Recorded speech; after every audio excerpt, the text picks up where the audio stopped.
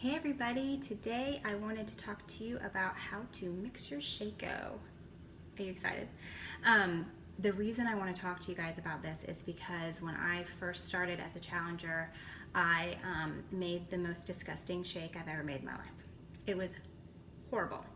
It was like giant, it was way too frothy, the consistency was off, I didn't know to mix in stuff to hit my container counts.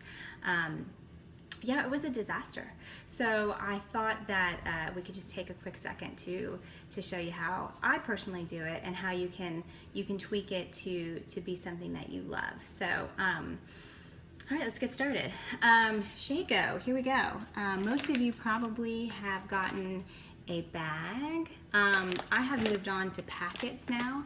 With a bag you get 30 servings. When you get packets you get 24, but you can get like multiples, right? Like you can get different flavors in them. So some people like to do that, and I've been traveling a ton, so that's why I do this.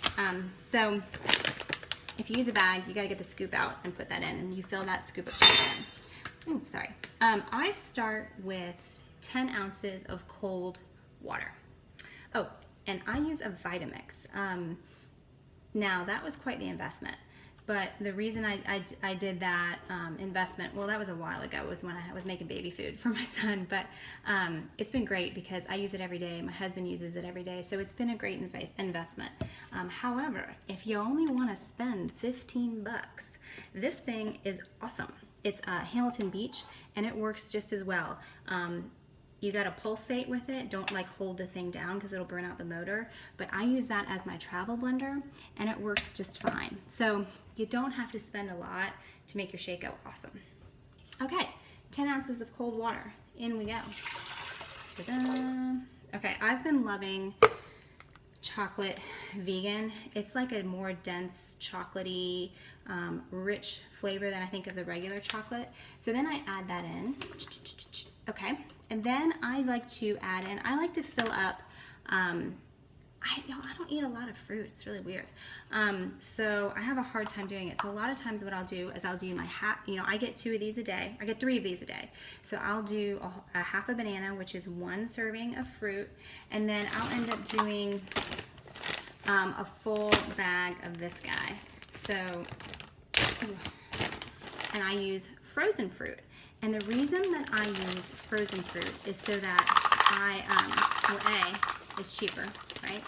And then B, it creates that great frothy cold texture without having to add ice. So fill that up to the brim, boom, put that in. This is the fun part.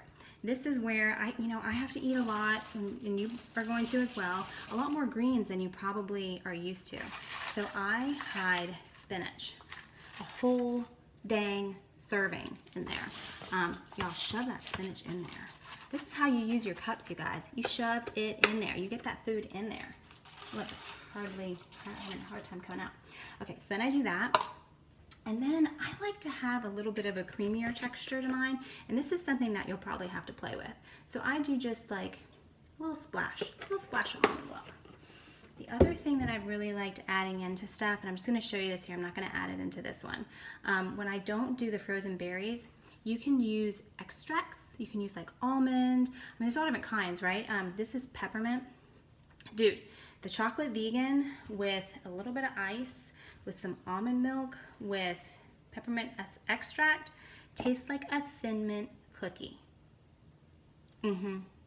Yeah, it's amazing. Anywho, not gonna do that today, but I'm just gonna show you what this ends up looking like. So it's about to get loud, sorry guys. Here we go.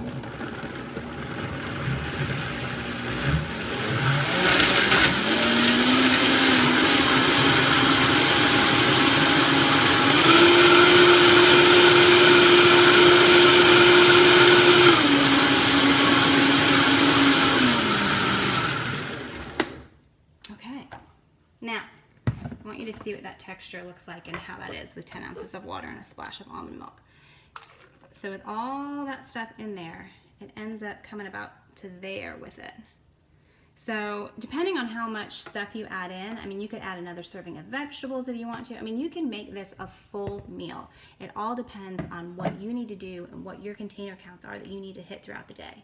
We're going to talk more about that as far as meal planning, so you know exactly how many containers you should be eating and how you should be filling up your ShakeO. That's going to be a different video. But for now, I hope this helps a little bit so you don't create a really disgusting shake like I did my first time. Cheers, guys. Bye.